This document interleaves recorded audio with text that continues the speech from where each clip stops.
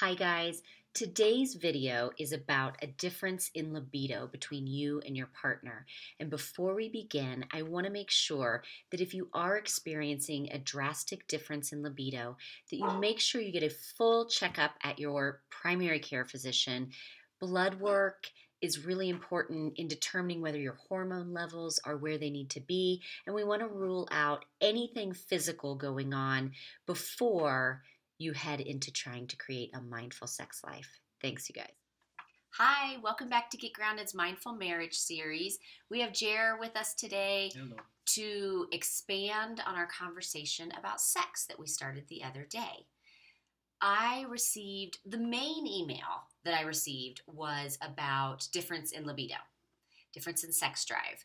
My husband doesn't want to have sex as much as I do, or my wife doesn't want to have sex as much as I do, and what that can look like, the unspoken thoughts, the unspoken feelings, and the unspoken behaviors that occur when you have a difference in sex drive. And we have certainly experienced a difference in sex drive. On both sides. Yeah, on both sides. My biggest dip in sex drive, I think, was in our 30s because we had Cole at age 30. I was 30. And I had Miley at age 34. And I was not thinking about sex. And I went right back to thinking about sex. Yeah. So that created almost some resentment from me because, of course, he went right back to thinking about sex, right? Because I'm busy getting up in the middle of the night. I'm constantly thinking about doctor's appointments and where do they need to go and all the things that go into parenting. And he's thinking about a lot of that as well. Right. And for me, my biggest dip is probably late 30s and early 40s, just because work increased and travel increased. So I think what we really wanted to highlight today was not that your marriage has ebbs and flows and sex drive has ebbs and flows, because you guys all know that. But I wanted to talk a little bit about how to bring awareness to that and what that looks like. And for me, in my 40s, my sex drive shot up. And it caused me to take a step back and start to notice the difference in my thought patterns and be curious of the root. It required me to be more aware of what are my attitudes about sex? Where do they come from? What are they rooted in?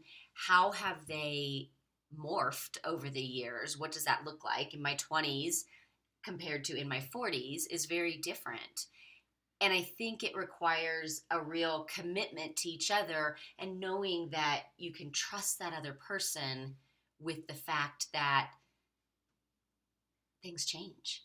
Yeah, I had to really be mindful of how my libido changes, and yours is changing now, and it's not always easy.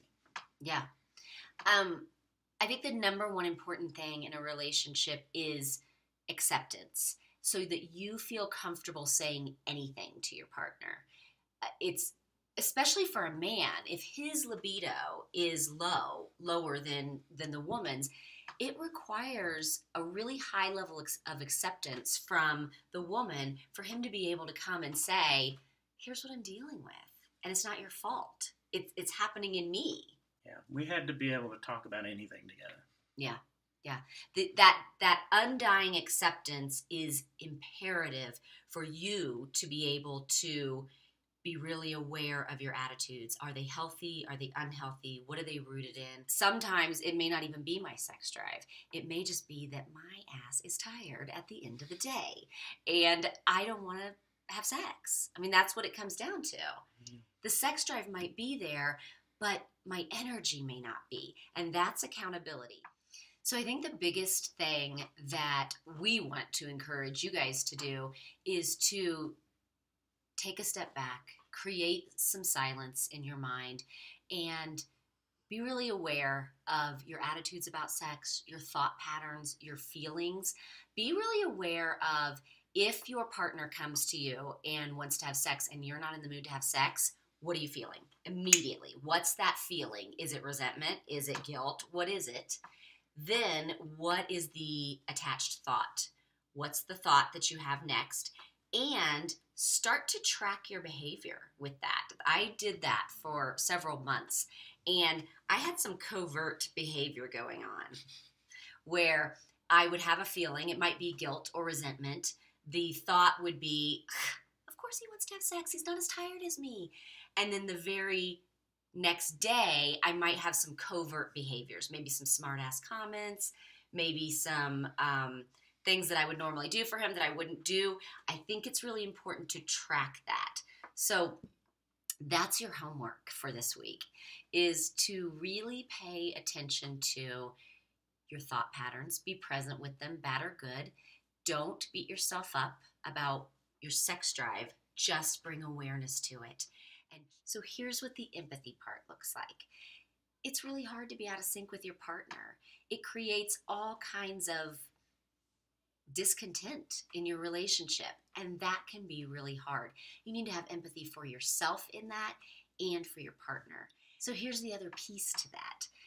If any of your lower sex drive has to do with a negative body image, it's really important to bring some awareness to that as well. And I will expand further, especially if you guys send me some emails saying, yes, this is something I want you to talk about, then we'll expand further on the topic of negative body image after you have children or if you don't have children.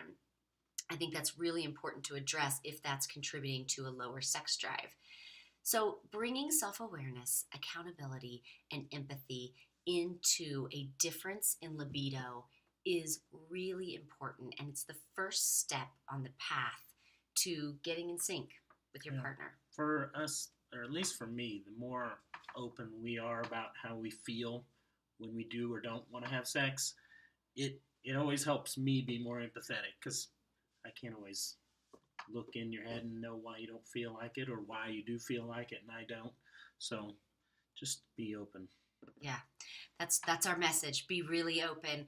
And this part of the journey is really important to an amazing sex life at the end of it. So really mindful sex. But this is the beginning of creating a mindful sex life. Thanks so much, you guys. We'll see you next time. Bye. Relationships. It's most often